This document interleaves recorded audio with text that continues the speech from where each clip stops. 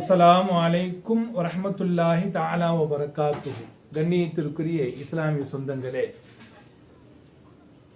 மனிதன் ஈமான் கொள்கின்ற கடைசி ஈமான் நிலைப்பாடு என்பது நபிகள் நாயகம் ஸல்லல்லாஹு அலைஹி வஸல்லம் கூறுகிறார்கள், வல் கதிரி கைரிஹி வ ஷர்ரிஹி மினல்லாஹி தஆலா.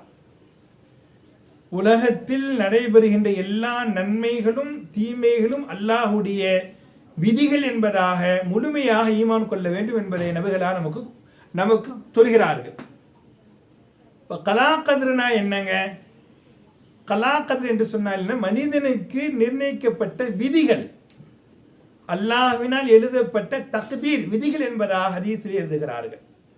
அல்லாஹ் ரப்புல் ஆலமீன் இந்த மனித படைப்பை படைப்பதற்கு முன்னாலே, சுமார் 5000 ஆண்டுகளுக்கு முன்னாலே அல்லாஹ் ரப்புல் ஆலமீன் தனது லௌஹுல் மஹ்ஃபூல் என்கிற பலகையிலே மனிதனுடைய படைப்புகள் சம்பந்தப்பட்ட மனிதனுடைய வாழ்வாதாரம் சம்பந்தப்பட்ட எல்லா விஷயத்தையும் அல்லாஹ் ரப்புல் ஆலமீன் லௌஹுல் மஹ்ஃபூலுடைய பலகையில் அல்லாஹ் எழுதி வைத்து விட்டார். மனித படைப்பை படைப்பதற்கு முன்னாலே அல்லாஹ் ரப்புல் ஆலமீன் மனிதனுடைய எல்லா கலா கதிர்களை தன் வசம் அல்லாஹ் உருவாக்கி வைத்துக் கொண்டார். அதைத்தான் குர்ஆன் சொல்கிறது, இன்னல்லாஹ அலா குல்லி ஷைஇன் கதீர், எல்லா வஸ்துக்கள் மீதும் சக்திவான் அல்லாஹ் என்பதாக அல்லாஹ் குர்ஆன் ஷரீஃப் பேசுகிறது. கண்ணியத்திற்குரியவர்களே, அப்ப கலா கதிர்களை விதிகளை நம்புவது ஈமான் கொள்வது ஈமான் கொள்ள வேண்டும் என்பதை நபிகள் நாயகம் ஸல்லல்லாஹு அலைஹி வஸல்லம் பதிவு செய்கிறார்கள்.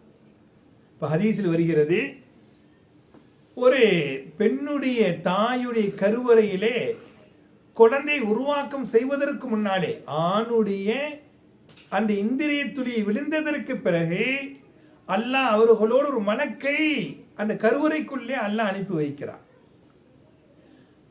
அது அந்த இந்திரிய துளி குழந்தையாக உருவாகின்ற பொழுது அந்த மலக்கு அல்லாஹ்விடத்தில் கேட்பார்களாம், யா அல்லாஹ், இது ஆண் குழந்தையா பெண் குழந்தையா, சாலிஹான குழந்தையா அல்லது சாலிஹான குழந்தைக்கு மாற்றமாக நடக்குமா, நல்ல பிள்ளையாக இந்த உலகத்தில் வளருமா என்கிற எல்லா விஷயத்தையும் அல்லாஹ்விடத்தில் கேட்டு அந்த மலக்கு எழுதி கொள்வார்களாம்.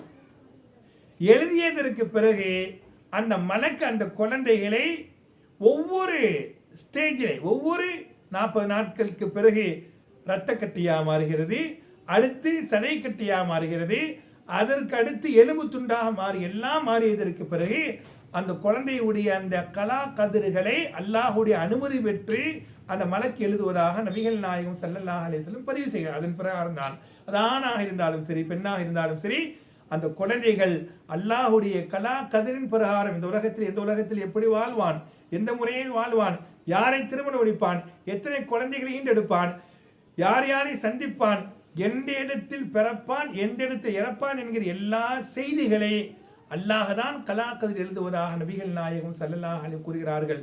கலா கதிர்களை நாம் ஈமான் கொள்ள வேண்டும். எல்லா ஈமானை கொள்வதை போன்று கலா கதிர் ஈமான் கொண்ட தௌஃபீக் வல்ல ரஹ்மான் நம் அனைவருக்கும் தருவானாக. அஸ்ஸலாமு அலைக்கும் வரஹ்மத்துல்லாஹி தஆலா வபரகாத்துஹு.